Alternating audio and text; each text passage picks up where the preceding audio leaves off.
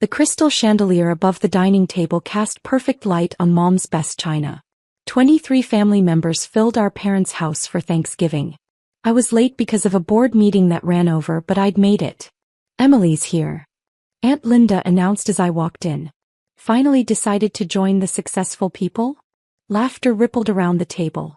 I slid into the only empty chair between Dad and my younger brother Marcus.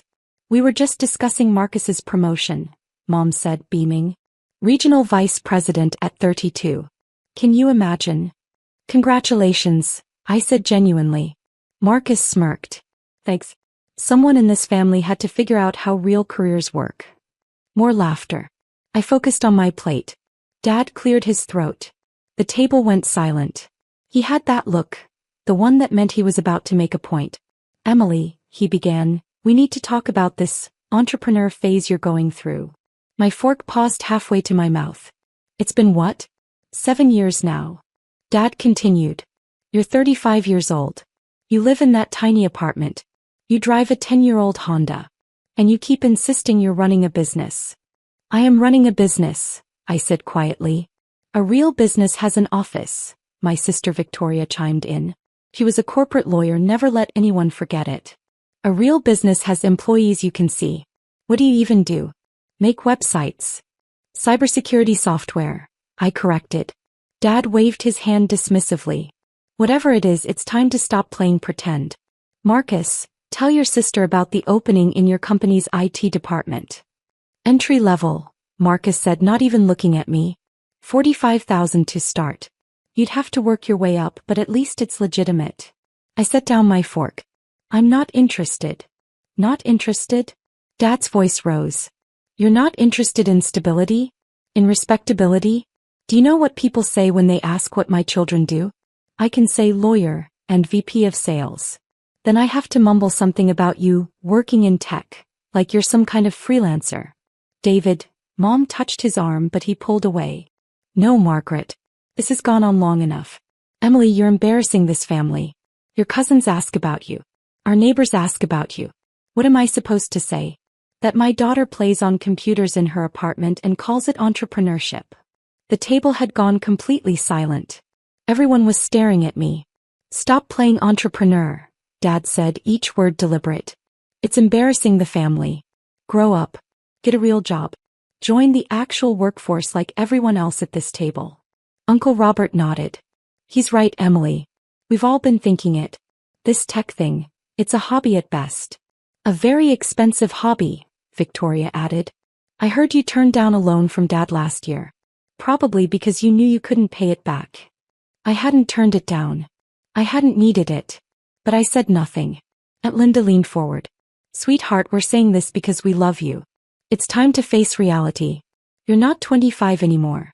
You need benefits. You need a 401k. You need legitimacy. The table murmured in agreement. Every single person. I looked around at my family. At their expensive watches and designer clothes. At their judgment and certainty. They had no idea. None of them. I appreciate your concern, I said quietly. Then you'll take the job? Marcus asked. I said I appreciate your concern. Not that I agree with it. Dad's face reddened. Unbelievable. Absolutely unbelievable.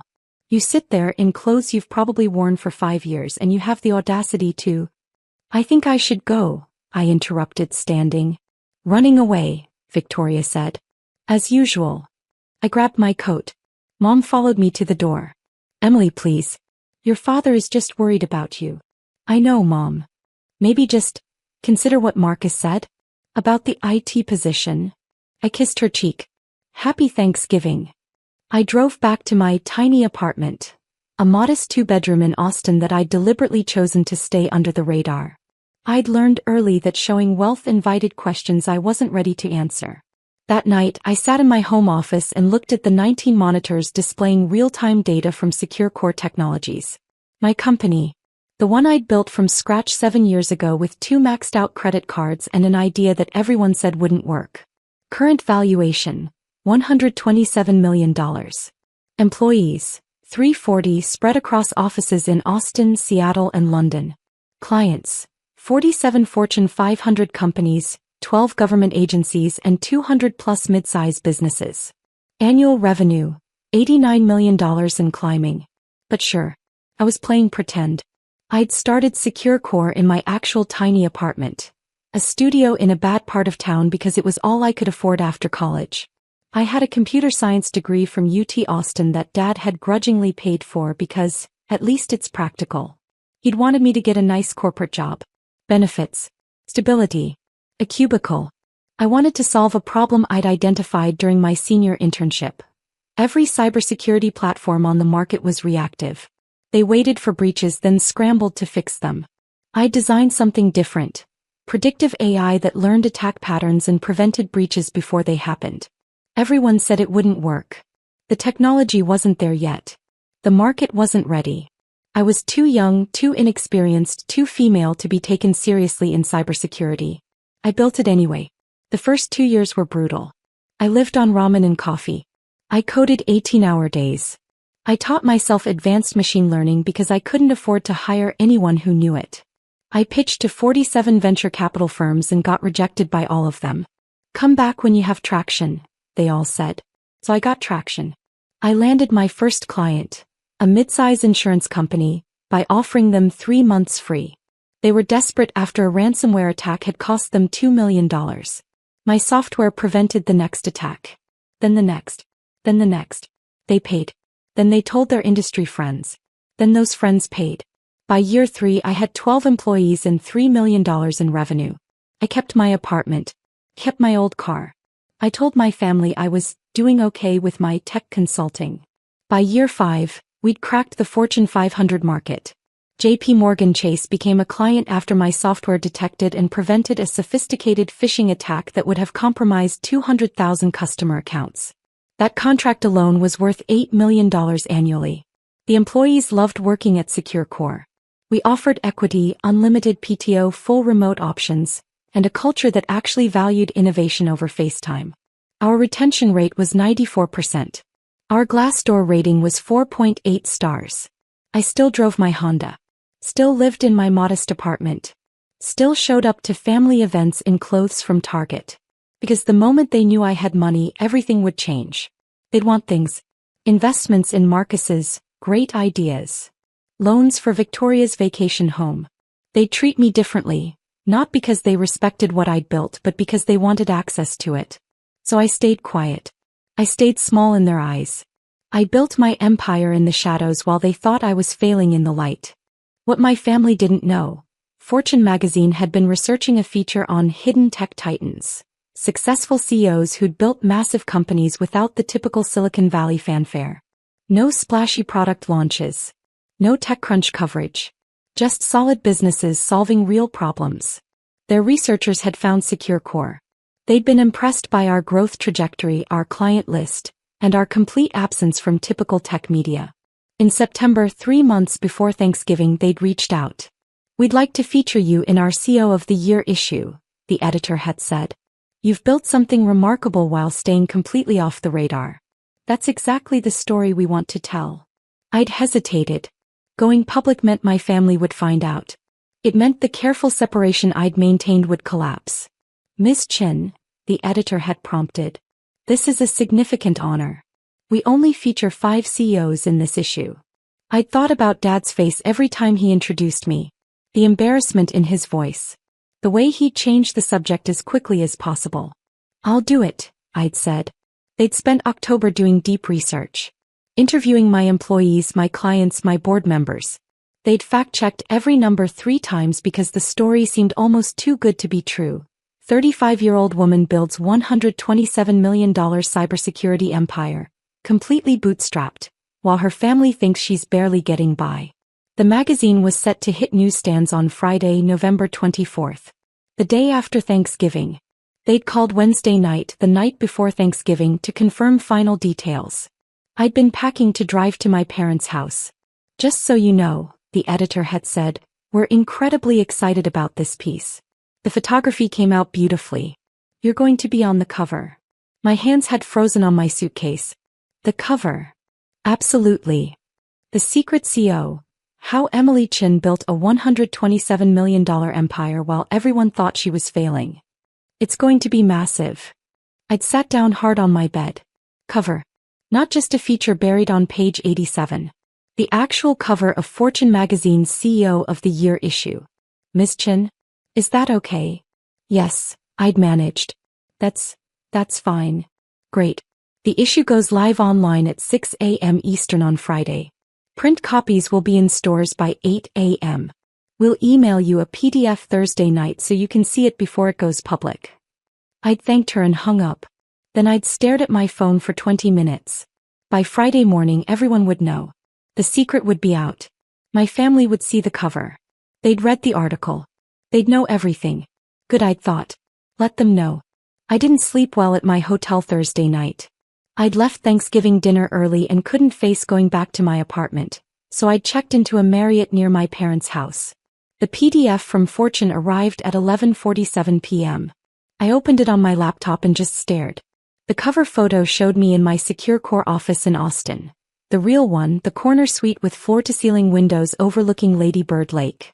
I was leaning against my desk in a sharp navy suit they'd brought for the shoot, arms crossed, slight smile. Behind me, visible through the glass walls, my team worked at their stations. The headline ran across the top in bold, CEO of the Year, The Secret Empire. Below my photo, how Emily Chin built $127 million in cybersecurity while her family thought she was broke. Inside was a 6-page spread. Photos of our offices. Graphs showing our revenue growth. Quotes from clients praising our technology. An interview where I'd explain my strategy of staying under the radar. A sidebar listing our achievements.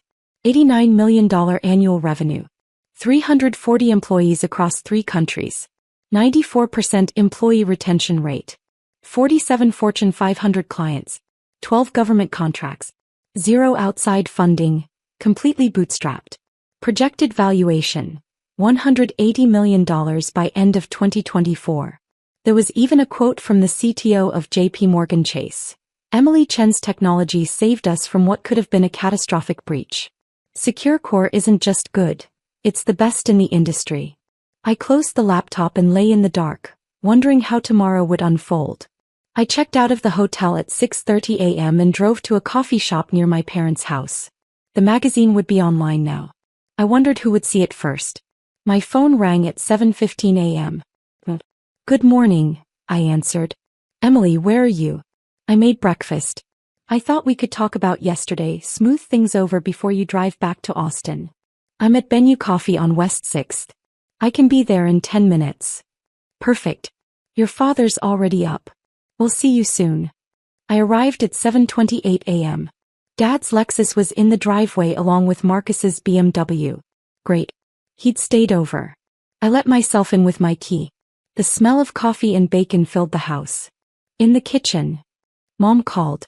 Dad sat at the breakfast bar reading something on his iPad. Marcus was scrolling on his phone. Mom was at the stove.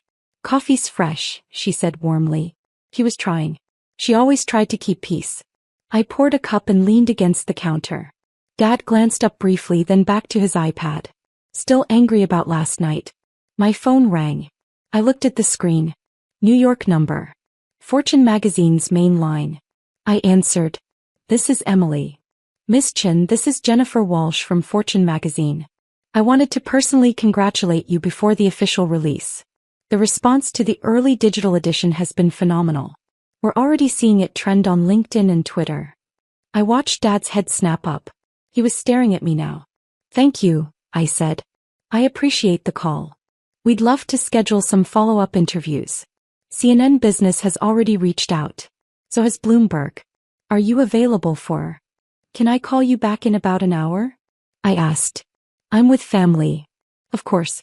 Again, congratulations on the cover, Ms. Chin. CEO of the Year is well deserved. Thank you, Jennifer. I ended the call. The kitchen was completely silent. Dad had set down his iPad. Marcus had looked up from his phone. Mom had turned from the stove. Fortune magazine? Dad said slowly. Yes. They called you Ms. Chin. That's my name. Marcus laughed. What, did you enter some contest or something? My phone rang again. I glanced at it. Another New York number. Sorry, I said. I should probably take this too. I answered. Emily Chin. Miss Chin, this is David Park from Bloomberg Technology. We just saw the Fortune cover. We'd love to do a segment on your company's growth strategy. Would you be available next week? Dad's face had gone pale. I'll have my PR team reach out to schedule something, I said. Can I get your email? I pulled up my notes app and typed as he spelled it out. Got it. Thank you, David. I hung up. 3 pairs of eyes stared at me. PR team. Marcus said weakly. The coffee maker beeped. No one moved. Dad found his voice. Emily. What is happening? Fortune magazine published their CEO of the Year issue this morning, I said calmly. I'm on the cover. The silence stretched. Mom set down her spatula. That's not possible, Marcus said. I pulled out my phone, opened my email and found the PDF. I turned it toward them. Dad stood up so fast his bar stool nearly tipped over. He grabbed the phone from my hand. His eyes went wide. He zoomed in on the cover. Read the headline. Stared at my photo.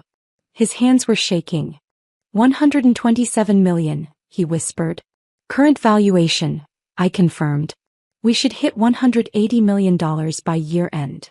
Marcus snatched the phone. His face went through several colors as he scrolled through the article. 340 employees, he read aloud. Offices in Austin, Seattle, and London. 89 million in annual revenue. He looked up at me. This is fake. This has to be fake. It's not fake, I said. Mom moved closer, reading over Marcus's shoulder. Her hand went to her mouth. Dad had picked up his iPad. His fingers fumbled across the screen. Fortune magazine website, he muttered. Fortune magazine. He found it. The cover loaded on his screen. Same photo. Same headline. He read in silence for 30 seconds. Then a minute. Then 2 minutes. His coffee cup was still full, sitting on the counter where he'd left it. His hand moved toward it automatically, not looking, still reading. He knocked it over. The ceramic shattered on the tile floor. Coffee sprayed across the white cabinets. No one moved to clean it. Dad just stared at his iPad, at my face on the Fortune magazine cover, at the shattered cup at his feet. Dad, I said quietly. He didn't respond. He kept reading. His face had gone from pale to red. Marcus was scrolling frantically on his phone now. It's everywhere, he said. LinkedIn, Twitter. TechCrunch just posted about it. Fortune names Emily Chin CEO of the Year for building secret $127 million empire. He looked at me with something between shock and horror. How is this possible? I've been building it for 7 years, I said. You all knew I ran a tech company. You just assumed it wasn't successful. You drive a Honda, Mom whispered. I like my Honda. You live in a tiny apartment. It's adequate for my needs. You dress like... She stopped herself. Like I don't have money? I finished. I know. It was intentional. Dad finally looked up from his iPad. Intentional. Yes. You intentionally let us think you were failing. I let you think whatever you wanted to think. I never lied. You all just made assumptions. Assumptions. Dad's voice rose. You sat at that table last night while He couldn't finish the sentence. While you told me to stop playing entrepreneur, I said quietly. While you said I was embarrassing the family. While everyone agreed I needed to grow up and get a real job.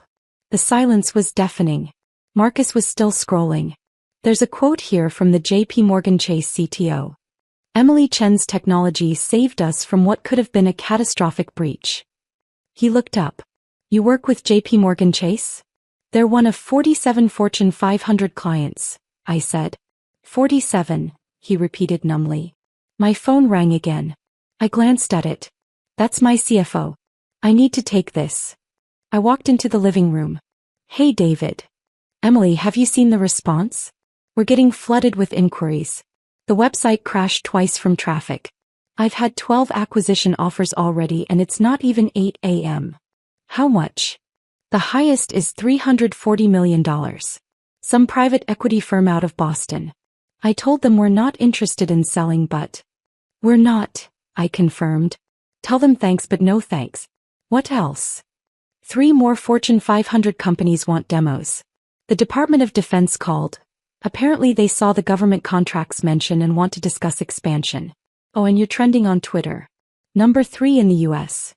I walked to the window. I could see Dad and Marcus in the kitchen both staring at screens. Mom was crying quietly, holding a dish towel. Schedule the demos, I said. Get me a meeting with DoD next week. And tell PR to prepare a statement. Something about being honored by Fortune's recognition and staying committed to our mission. Nothing too fancy. Got it. Oh, and Emily. Yeah. Congratulations. This is huge. Thanks, David. I hung up and walked back to the kitchen. I stepped carefully around the broken coffee cup that no one had moved to clean. That was my CFO, I said. We've had 12 acquisition offers this morning. The highest is $340 million. Dad made a strangled sound. I'm not selling, I continued. We're growing too fast and I believe in what we're building. But it's nice to know the market values us that highly. Marcus had set down his phone. He was just staring at me. How, he said. How did you do this? I built a better product. I solved a real problem. I hired great people and treated them well. I reinvested profits instead of taking them out. I focused on sustainable growth instead of flashy headlines. I shrugged. Basic business principles, really. But you're 35, Mom said. Same age Steve Jobs was when he launched the Macintosh. Dad finally spoke. His voice was hollow. Last night at that table I told you to stop playing entrepreneur. I remember. I said you were embarrassing the family. I remember that too. I told you to get a real job. $45,000 a year. Entry-level IT. Yes. He set down his iPad very carefully. I'm on the board of directors at my company. I make $340,000 a year. I thought I was successful. You are successful, Dad. You make more in a month than I make in a year. I didn't respond. The numbers in the article spoke for themselves. Marcus stood up abruptly. I need to go. Marcus, Mom started. No. I need to process this. He grabbed his keys and walked out. The door slammed behind him.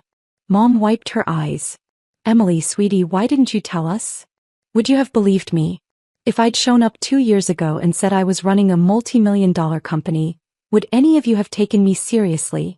She opened her mouth, closed it, looked at Dad. No, Dad said quietly. No, we wouldn't have. And once the company got big enough that you would have believed me, you would have wanted things. Investments, loans, opportunities. It would have changed everything. So you just let us think you were failing? I let you see what you wanted to see. You wanted to see failure because it made you feel better about your own choices. You wanted the family embarrassment so you could feel like the successful ones. Dad flinched like I'd hit him. That's harsh, Emily, Mom said. But is it untrue? She didn't answer. My phone buzzed. Text from my head of PR. CNN wants you for tomorrow's morning show. Yes or no? I typed back. Yes. Book it. I need to go, I said to my parents. I have a company to run and apparently a media tour to prepare for. Emily, wait, Dad said. I owe you an apology. You owe me several.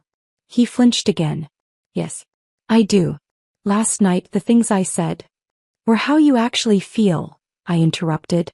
You didn't say anything last night that you haven't been thinking for 7 years. You just finally said it out loud. I was wrong. Yes. You were. I'm sorry. I looked at him. At this man who'd paid for my education while making it clear he thought I was wasting it. Who'd introduced me at parties as our daughter who works in tech, with embarrassment in his voice. Who'd offered me a $45,000 entry-level job last night like he was doing me a favor. I appreciate the apology, I said. But I think we both need some time. Time.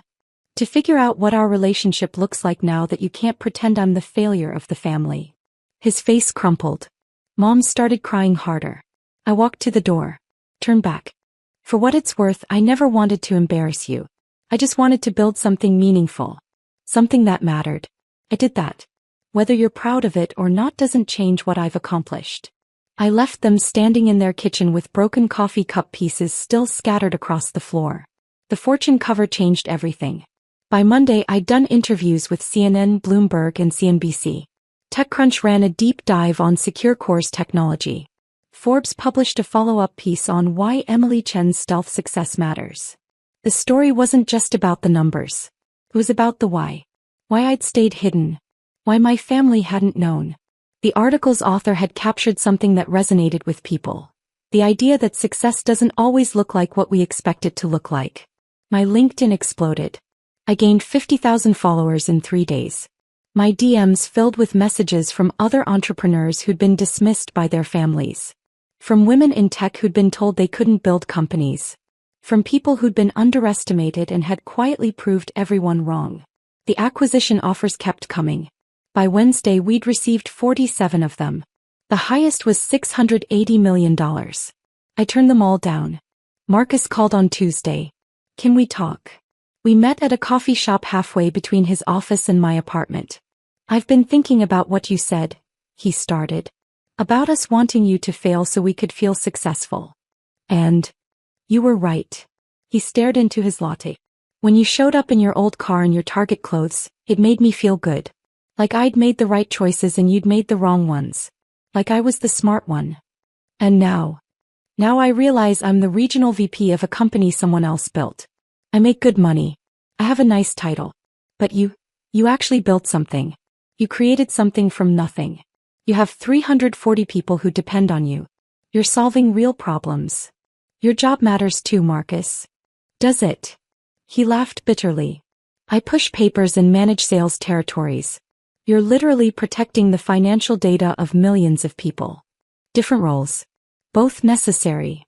He looked up at me. I'm sorry. For last night. For every family dinner before that.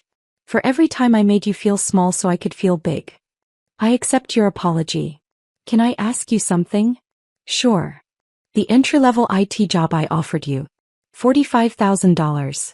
What do you actually make? I thought about not answering. Then decided he'd earned the truth. I took a $180,000 salary last year. But my equity stake is worth about $68 million at current valuation. He set down his cup carefully. Jesus. I kept the salary modest. I wanted most of the value to stay in the company, and I made sure my early employees got good equity packages. The wealth takes care of itself if you build something that matters. 68 million, he repeated. Paper value, I clarified. I don't think about it much. It's just numbers until you actually sell. We talked for another hour. Really talked maybe for the first time since we were kids. He told me about the pressure he felt to keep climbing, to keep impressing Dad. I told him about the loneliness of building something while everyone thought you were failing. When we left, he hugged me. I'm proud of you, sis. I should have said that years ago. Dad called on Friday. Can I take you to dinner? We met at Jeffrey's, the nice steakhouse he always went to for celebrations. He stood when I arrived, pulled out my chair, waited for me to sit before sitting himself. Formal. Nervous. Thank you for coming, he said. Of course. We ordered. Made small talk about the weather, about Austin traffic. Then the food arrived and he set down his fork. I've been doing a lot of thinking this week, he said. About what kind of father I've been to you. I waited. I thought I was helping.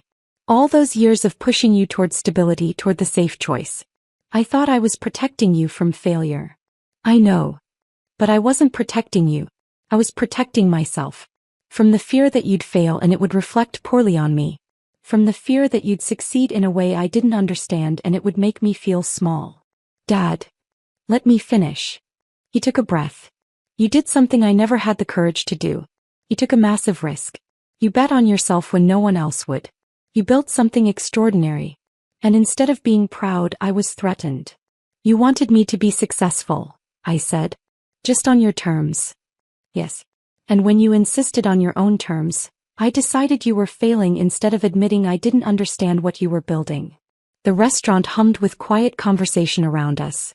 I read the Fortune article 3 times, Dad continued. There's a section where they interview your employees. Do you know what they said about you? I haven't read it all yet. They said you're the best boss they've ever had. That you remember their kids' names. That you shut down the office for a week last Christmas so everyone could be with family. That you cry when you have to let someone go, even when it's necessary. His voice cracked. They said you built the kind of company you wished existed when you were starting out.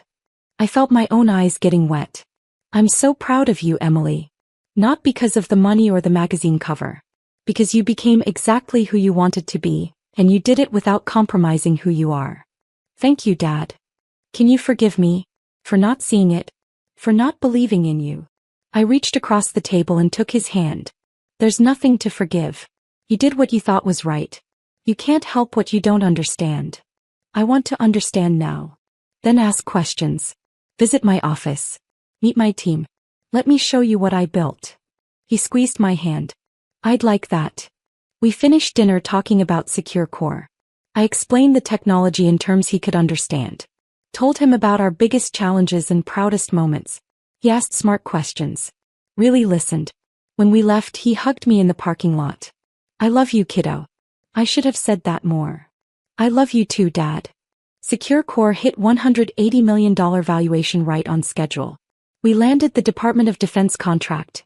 $34 million over 3 years. Forbes named me to their 30 under 40 list. We opened a 4th office in Singapore.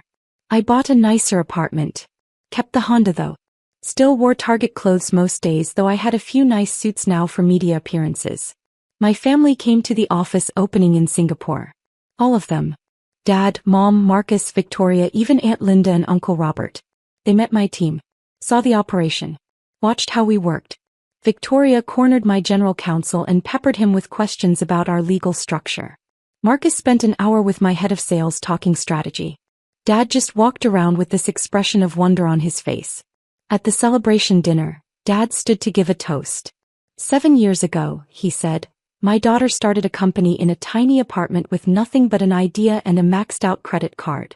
I told her she was wasting her time, that she should get a real job, that she was embarrassing the family. The room had gone quiet. I was wrong about everything, he continued. Emily didn't need a real job. She created 340 of them. She didn't embarrass the family. She taught us what real courage looks like. She didn't waste her time. She changed an entire industry. He raised his glass. To Emily, who saw what was possible when the rest of us could only see what was safe. I'm sorry I didn't believe in you sooner. But I believe in you now. Everyone drank. I stood and hugged him, and this time I let myself cry a little. Later Mom pulled me aside. You know what I regret most? What? All those years you were building this, you did it alone. You didn't tell us because you didn't think we'd support you. And you were right not to think that. She touched my face. I'm sorry you had to be strong without us. I had people, I said. My team. My mentors. My friends who believed in me. I know. But we should have been in that group. We should have been your first believers, not your last. You're here now. That's what matters. She hugged me tight. I'm so proud of you, baby. So incredibly proud. People ask me now in interviews and at conferences, why did you hide your success? The real answer is complicated. Yes, I wanted to avoid my family's judgment and demands. But I also wanted to prove something to myself. That I could build something meaningful without anyone's approval or support. That I could succeed on my own terms in my own way. The Fortune cover didn't make me successful. I was already successful. It just made my success visible. And that's the thing about playing entrepreneur. You're not really playing. You're building. You're risking. You're betting everything on an idea that might fail. The people who dismiss you, who tell you to stop playing and get a real job, they're operating from fear. Fear of risk. Fear of failure. Fear that you might actually succeed in a way they can't understand or control. So you smile. You keep working. You build your empire in the shadows. And one day Fortune magazine calls your name. And your dad's coffee cup shatters. And everyone who thought you were failing finally sees what you built while they weren't looking. That's not playing. That's winning.